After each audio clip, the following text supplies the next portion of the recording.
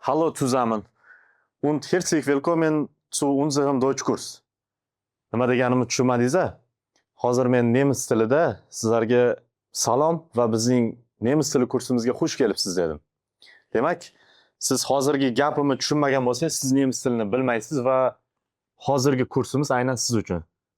Amina Akademiyasining nemis tili kursida bugun sizlar bilan nemis tili darajasida 0 dan boshlab A1, A2, B1, B2 darajadagi onlayn kurslarni tashkil qilamiz va sizlar bilan birga nemis tilini yangi va oson tarzda o'rganamiz. Demak, nemis tili kursida bizda sizlar bilan ikkita kitob bo'ladi. Ikkita kitob, bittasi meniki va bittasi sizniki. Shu ikkita kitobning bittasi kursbuch, ya'ni kursbuch deganda men sizlarga dars vaqtida tushuntiradigan mashqlarim hammasi o'sha kursbuchda bo'ladi. Endi undan keyingi kitob, ikkinchi kitob bu sizning kitobingiz. Ya'ni bu kitobda siz nemis tili o'sha darsida men tushuntirgan har bir narsani, har bir topshiriqlarni Arbeitsbuchda o'sha Arbeitsbuch sizning kitobingiz bo'ladi, o'sha kitobda siz bajarib borasiz. Demak, sizlar bilan birinchi darsimiz boshlaymiz. Ya'ni die erste Stunde im Kurs Hallo. Ya'ni birinchi darsimiz Hallo mavzusida bo'ladi, ya'ni salom. Albatta hamma narsa salomdan boshlanadi. Demak, birorta tilni o'rganadigan vaqtimizda, o'rganayotgan vaqtimizda har doim uni harflar, ya'ni alfabetidan boshlaymiz. O'sha nemis tilida qanaqa harflardan foydalanilgan va ularni qanday o'qish kerakligini hozir ko'rib chiqamiz sizlar bilan. Nemis tilidagi harflar unchalik qiyin darajada emas. Ya'ni biz o'zbek tilidagi lotin harflari ham shu nemis tilida bir xil. Ya'ni lotin harflarida biz 26 ta harfdan foydalangan bo'lsak, nemis tilida ham aynan o'sha 26 tani har biri bor. Va atigi 4 tagina harf qo'shilgan nemis tilida. 4 tagina harf shu qo'shiladigan bo'lsa, bizda 30 ta harf bo'lyapti. Demak, ekranlarimizda nemis tili alifbosi turibdi. Bu alifboda ko'rayotganimizdek tepasida o'sha bizning ekranlarimizda ko'rinayotgan harflarning tepadagi qismi o'sha biz ko'rayotgan harflar va pastda to'rtburchak qarshisida yozilganlari u harflarning o'qilishi. Ko'rib turganingizdek, deyarli qanday yozilgan bo'lsa, xuddi shunday o'qiladi. A harfimiz A, B harfimiz B, S harfimiz S, D harfimiz D. Xuddi shunday davom etadi. Tagida yozilgani o'sha to'rtburchak qarshi ichidagisi bizni o'zbek tilida nemis tilida o'qilishi o'sha harflar. Misol uchun bitta ikkitalarni ko'rsatib o'taman. J harfimiz o'zbek tilida, nemis tilida yot. K harfimiz K. Yoki bizda P harfimiz P. Q harfimiz Q. T harfimiz T. W harfimiz V. V harfimiz V. X harfimiz qattiq X, nemis tilida X. Y harfimiz, ya'ni Y, o'zbek tilidagi Y, nemis tilida upsilon, ya'ni harfni o'zi kelganida upsilon deb o'qiladi. Misol uchun biz ismimizni aytyapmiz, kimdirga u tushunmay qoldi va bizdan ismimizni harflab aytishimizni so'radi. Deylik, bitta buxshtabigen Sie dedi. Ya'ni harflab aytib bering degani bu. Biz harflab aytib berayotgan vaqtimizda harflarni mana shu tarzda aytishimiz kerak. Ya'ni men ismim Lochin, demak o'sha harflardagi L, O, ya'ni L, O deb aytishimiz kerak. Ya'ni harflari o'sha o'qilishi bu. Endi biz aytdik, nemis tilida 26 ta lotin harflardan tashqari 4 ta yangi harf bor, yangi qo'shimcha harf bor. Ya'ni bular A umlaut, O umlaut, U umlaut va SZ. Ya'ni bularni ko'rganimizda dovdirab qo'rqmasligimiz kerak, oddiygina harflar. Ya'ni nemis tilidagi qo'shimcha harflar, 4 ta harf. Endi nemis tili alfabetini o'rganayotgan vaqtimizda harf birikmalari degan narsa bor. Ya'ni nemis tilida yozilgan harflar birgalikda kelganda qanday o'qilishi holatlari bor. Hozir mana ekranimizda qo'yib beraman buni. Nemis tilida bir nechta harflar birgalikda keladigan bo'lsa, bu harflar birikmasi bo'ladi va bu harflar birikmasini o'qilishini ko'rsatib o'taman hozir. Demak, ekranlarimizda harflar birikmasi jadvali turibdi. Agar bizda S bilan yumshoq H keladigan bo'lsa, bu ya'ni biz o'zimiz tilda Ch. Ch lekin nemis tilida H o'qiladi. Ch kelsa H o'qiymiz. Ya'ni buh. B bilan U oddiy o'qilyapti. Ikkita harf birikmasi, ya'ni Ch imiz H o'qilyapti. Buh.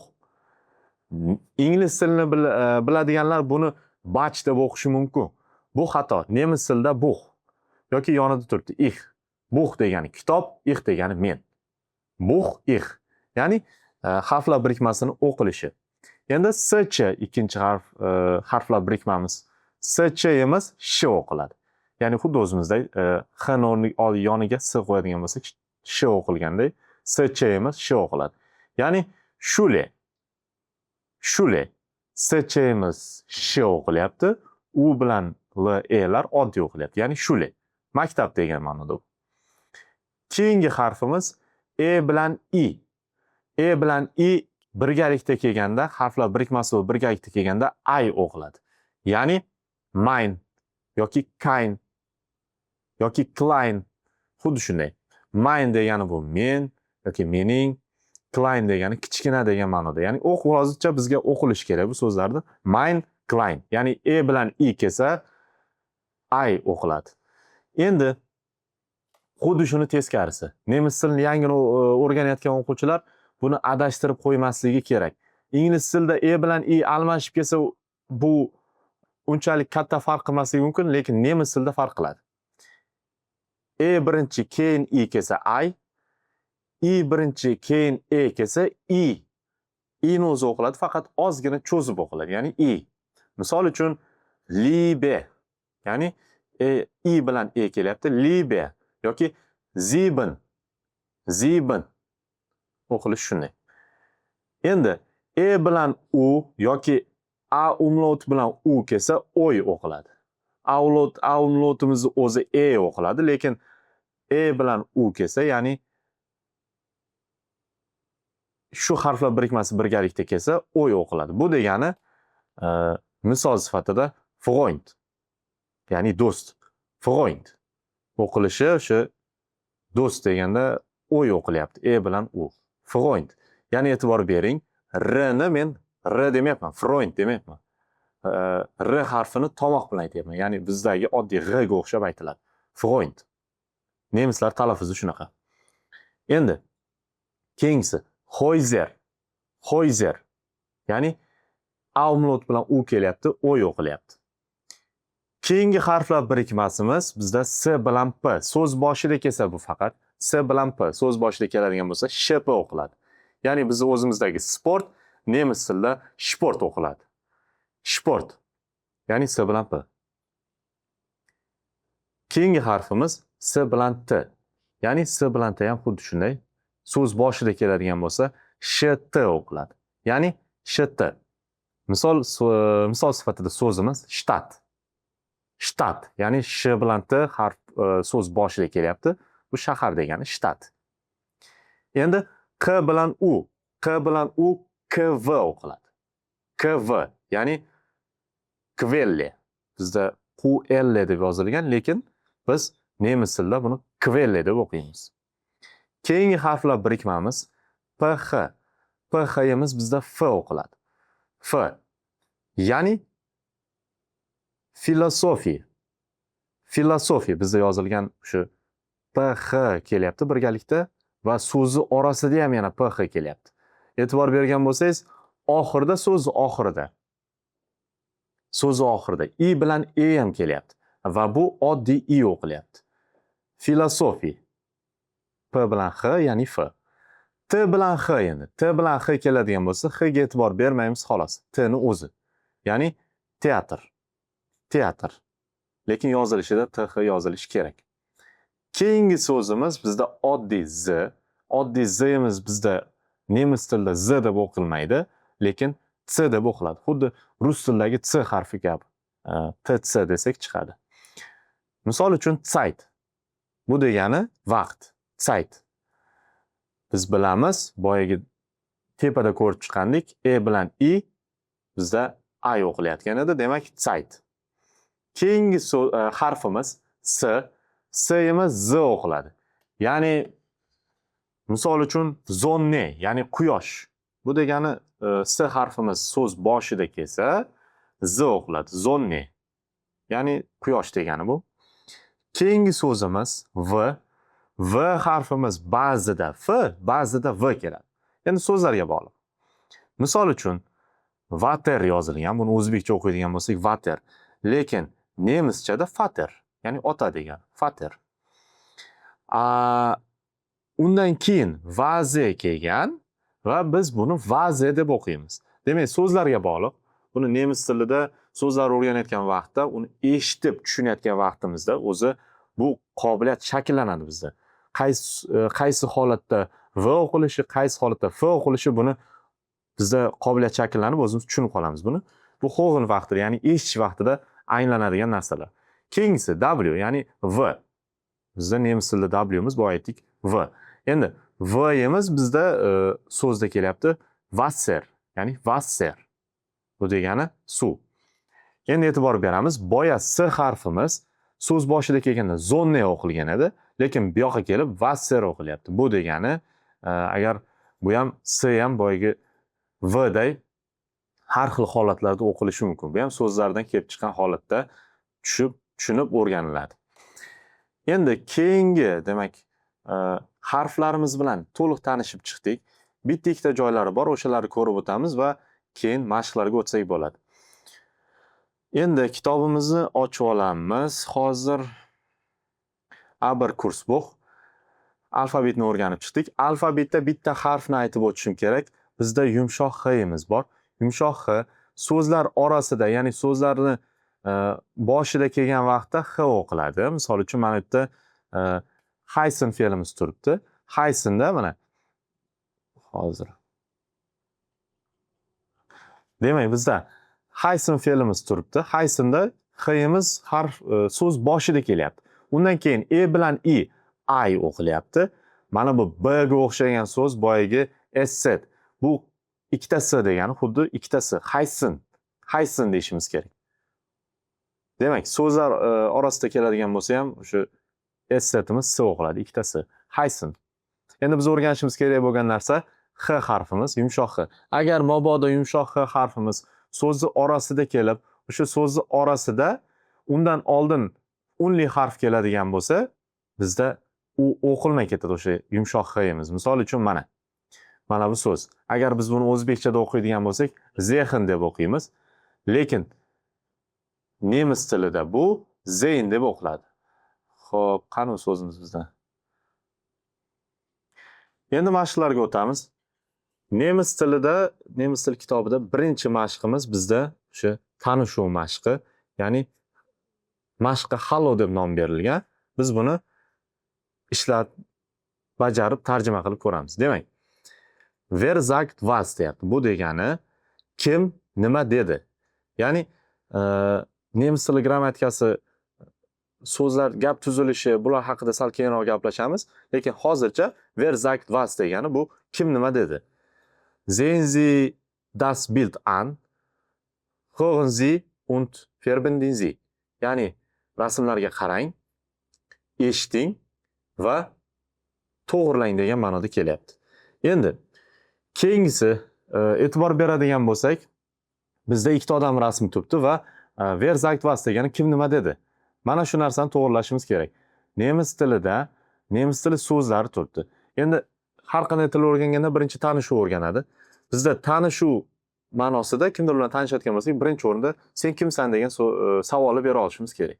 Demak, sen kimsan degani bu yerda wie heißt du, ya'ni isming nima degan ma'noda keladi. Biz toza o'zbek tiliga tarjima qilsak, isming nima degan. Agar so'zma-so'z tarjima qiladigan bo'lsak, o'zbek tiliga noming qanday degan ma'noda keladi, lekin biz buni isming nima deb tushunishimiz mumkin.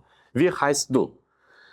Endi agar kimdir bizga wie heißt du deydigan bo'lsa, biz albatta bemalol javob berishimiz mumkin. Ich heiße Lochinbek. Ya'ni yozilib turibdi. Bizda mana ich. Demak, nemis tilida birinchi mashqimiz. Birinchi mashq bizda wer sagt was. Ya'ni kim nima dedi degan ma'noda kelyapti. Sehen Sie das Bild an, hören Sie und verbinden Sie. Ya'ni rasmlarga qarang, eshiting va to'g'rilang degan ma'noda kelyapti. Ya'ni qaysi gapni kim aytganini chizib qo'yishimiz kerak, ko'rsatib qo'yishimiz kerak. Endi e'tibor beramiz. Hozir biz aslida eshitishimiz kerak. Eshitishdan oldin avval tushuntirib o'taman. Bularni tanishib chiqishimiz kerak. Demak, bizda wie heißt du, ya'ni bu degani har qanday tilda tanishadigan bo'lsak, kimdir bizning yonimizga begona odam keladigan bo'lsa, sen kimsan deymiz. Sen kimsan degan savol beramiz yoki isming nima degan savollar beramiz.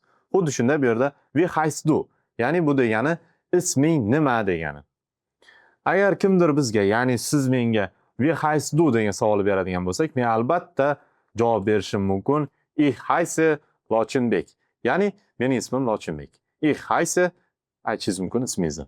Ya'ni men sizga savol beradigan bo'lsam, wie heißt du deb siz javob berishingiz mumkin. Ich heiße ya'ni siz ismingiz emas, lekin ismingizni aytasiz.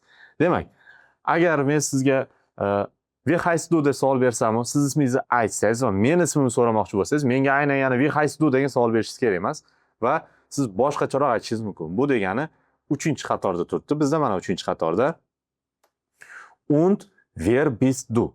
Ya'ni bu degani va sen kimsan degani va o'zing kimsan degan ma'noda. Misol uchun o'zbek tilida ham sen kimsan desam, men ismim shunaqa, o'zing kimsan deydi-yu, xuddi shunday tanishuv yoki hurmat ma'nosida ham kelishi mumkin. Buni sal keyinroq ko'rib chiqamiz bu narsani. Hozircha va o'zing kimsan degan ma'noda keladi. Va o'zing kimsan deyapti. Ich bin Andrea, ya'ni men Andreyaman deyapti.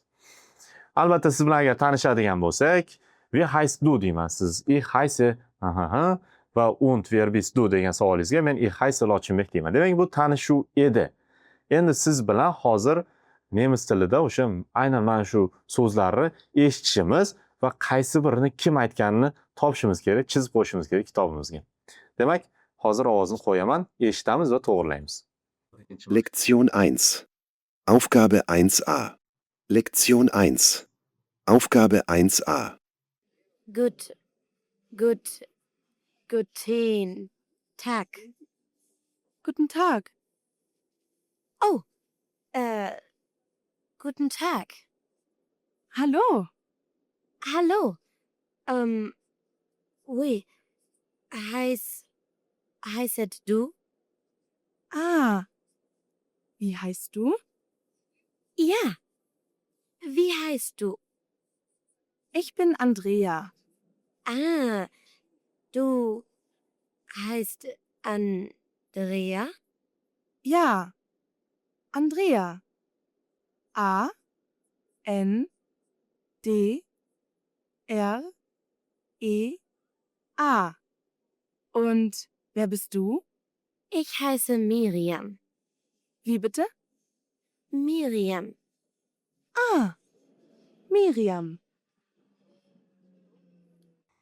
Demak, siz bilan eshitib oldik va eshitganimizda e'tibor bersak, birinchisi nemis tilini endi o'rgangan odam ekan. Chunki juda dovdirab, so'zlarni xato aytib, harflarni noto'g'ri aytdi. Siz bunaqa gapirishga hech qachon o'rganmang. Birinchi qadamdanoq to'g'ri harakat qilish kerak. Ya'ni u savol berdi. Guten Morgen deyishdi ham, o'sha Guten Morgen, ya'ni xayrli kun yoki Guten Tag deyishdi ham bilmadi. Ya'ni o'sha joyida ham dovdiradi. Shunaqa dovdirashlar bo'lmash kerak. Endi qaysi birini kim aytdi degan savol. Qaysi birini kim aytdi deydigan bo'lsak, wie heißt du degan savolni bu A odamimiz aytib, A'dagi qiz. A'dagi qiz aytgan bo'lsa, ich bin Andrea deb turib, B'dagi ayol javob berdi. Va undan tashqari biz chizib qo'yishimiz kerak bo'ladi. Und wer bist du? Ya'ni va o'zing kimsan degan savolni albatta B'dagi rasmdagi odam bergan bo'lishi kerak. Va eshitganimizda ham bu narsani ko'rdik. Und wer bist du dedi. Va A'dagi odam ich heiße o'zini ismini aytdi.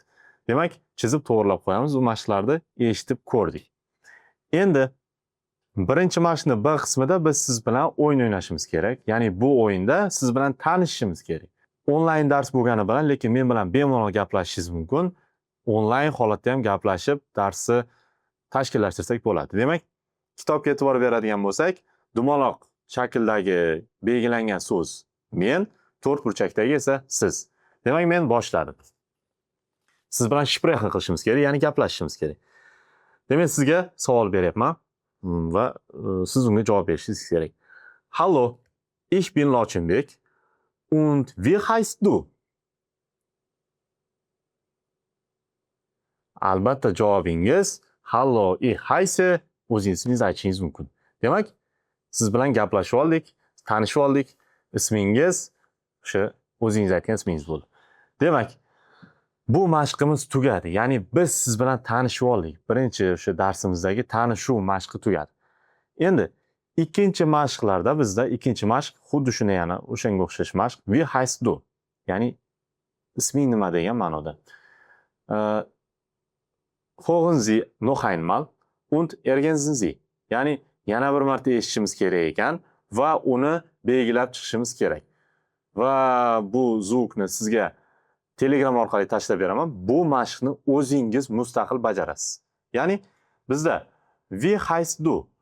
Ich bizda nuqtalar qo'yilgan va bu nuqtalar o'rniga so'z bilan to'ldirib ketishingiz kerak. Bu mashqni o'zingiz bajarasiz. Va bu yerda grammatikani ko'rsatib beruvchi qismi bor. Mana shuni tushuntirib o'tishim kerak. Har bir fe'llar, ya'ni heißen fe'li degani nomlanmoq. Heißen fe'li tuslanadi.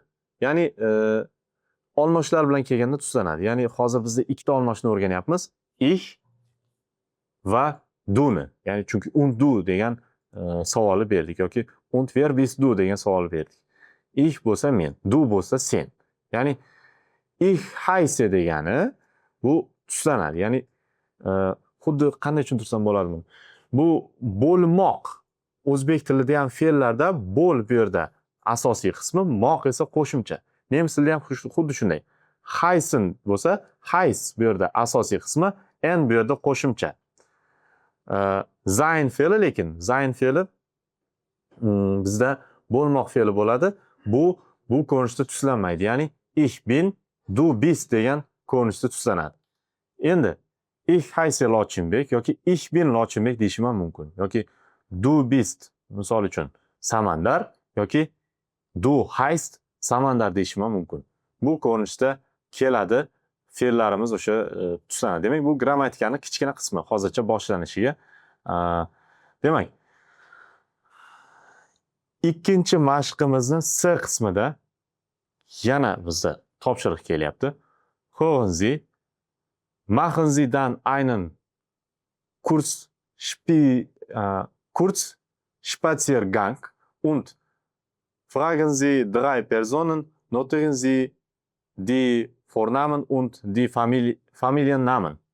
Ya'ni bundan kelib chiqadiki, biz bu so'zlarni o'qib, demak,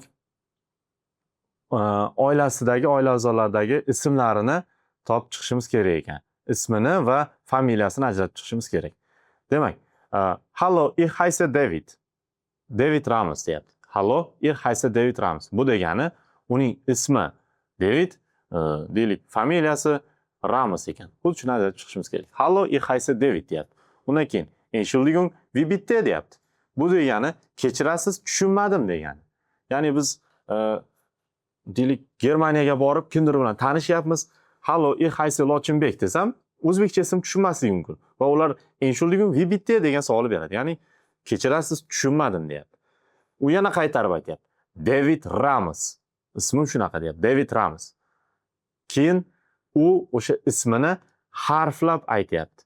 Ya'ni D A V I D R A M O C deb turib alohida buxshtabigen qilib beryapti. Ya'ni harflab aytib beryapti. Harflab aytib berayotganda boyagi alfabetdagi harflari o'qilishi bo'yicha aytishimiz mumkin.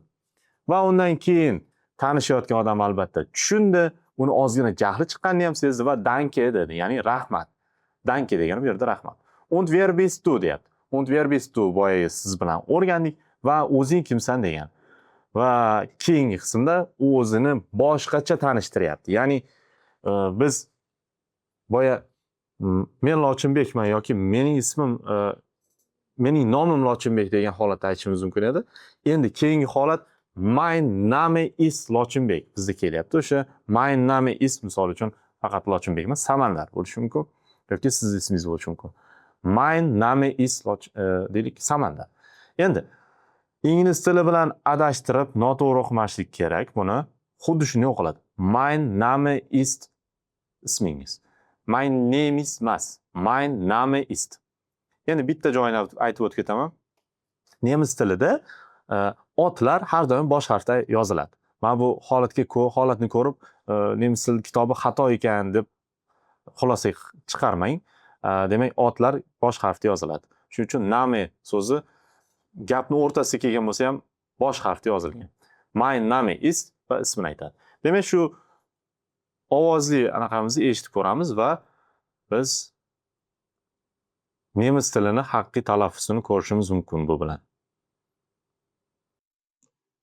Lektion 1. Aufgabe 2c. Hallo, ich heiße David Ramos. Entschuldigung, wie bitte? David Ramos. D-A-V-I-D-R-A-M-O-S.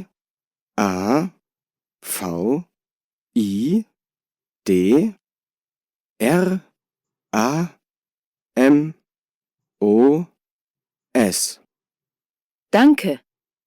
Und wer bist du?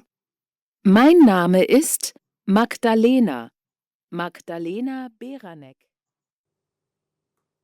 Eshitdingiz. Demak, mein Name is Magdalena dedi va o'zini ismini aytdi. Bu yerga yozib qo'yishingiz mumkin. Magdalena deb va oxirida o'zini familiyasini aytdi. Siz buni qayta eshitib, topib o'zingiz yozib qo'yasiz. Biz esa 3-mashqqa o'tamiz. 3-mashqimiz biz tanishib oldik. Tanishib olganimizdan keyin har doim o'zbek tilida ham hol-ahvol so'ranadi. Siz bilan tanishib o'tiribmiz va bemalol o'tirgan vaqtimizda siz ismingizni bilib oldimda o'zbek tilida qalaysan, yaxshimisan degan savollar beramiz. Nemis tilida ham xuddi shunday. Ya'ni wie geht's? Ya'ni qalay ketyapti degani. O'zbek tiliga tarjima qilsak qalaysan degan ma'noda. Wie geht's? Men sizga wie geht's deb savol bersam, yaxshi, yomon, unchalik yaxshi emas degan javoblar qaytarishingiz kerak menga. Demak, mana shu javoblar ko'rib chiqamiz. Bizda 4 xil holatdagi javob. Demak, juda ham zo'r ketayotgan bo'lsa, siz wie geht's deb savol beradigan bo'lsam, siz super degan javob berishingiz mumkin. Ya'ni super, zo'r ketyapti yoki sehr gut. Sehr gut. Misol uchun siz menga wie geht's deydigan bo'lsangiz, men sizga sehr gut deyishim mumkin. Endi yaxshi deydigan bo'lsak, yaxshi ketyapti degan ma'noda good deyishimiz mumkin. Wie geht's desa good. Endi wie geht's degan savolga es geht degan javob berishingiz mumkin. Bu degani o'rtacha ketyapti degani, ya'ni ketyapti degan ma'noda bo'ladi degani. Biz o'zbek tiliga tarjima qiladigan bo'lsak. Endi va ozgina negativ javob berishingiz mumkin. Chunki unchalik yaxshi ketmayotgan vaziyatlar ham bo'ladi ba'zida. Wie geht's degan javobga nicht so gut, ya'ni unchalik yaxshi emas degan javoblarni berishimiz mumkin bo'ladi. Demak, bu o'sha biz savollarga javoblarimiz. Demak, bu mashqni bajaramiz. Wie geht Andrea und Miriam? Bu degani hören Sie und krausen Sie an. Bu degani biz eshitishimiz kerak ekan va Andrea bilan o'sha Miriamda qanaqa ketayotgani, hozirgi holatdagi vaziyatini belgilab qo'yishimiz kerak. Demak, biz hozir eshitamiz va mana shu vaziyatni belgilaymiz. Lektion 1. Aufgabe 3a. Nächster Halt Hubertusstraße.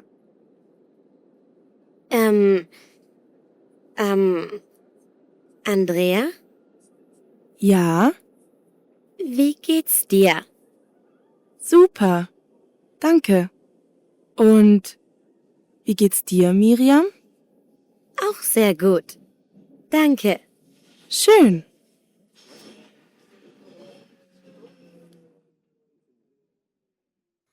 Demak, eshitganimizdan bilib olishimiz mumkin.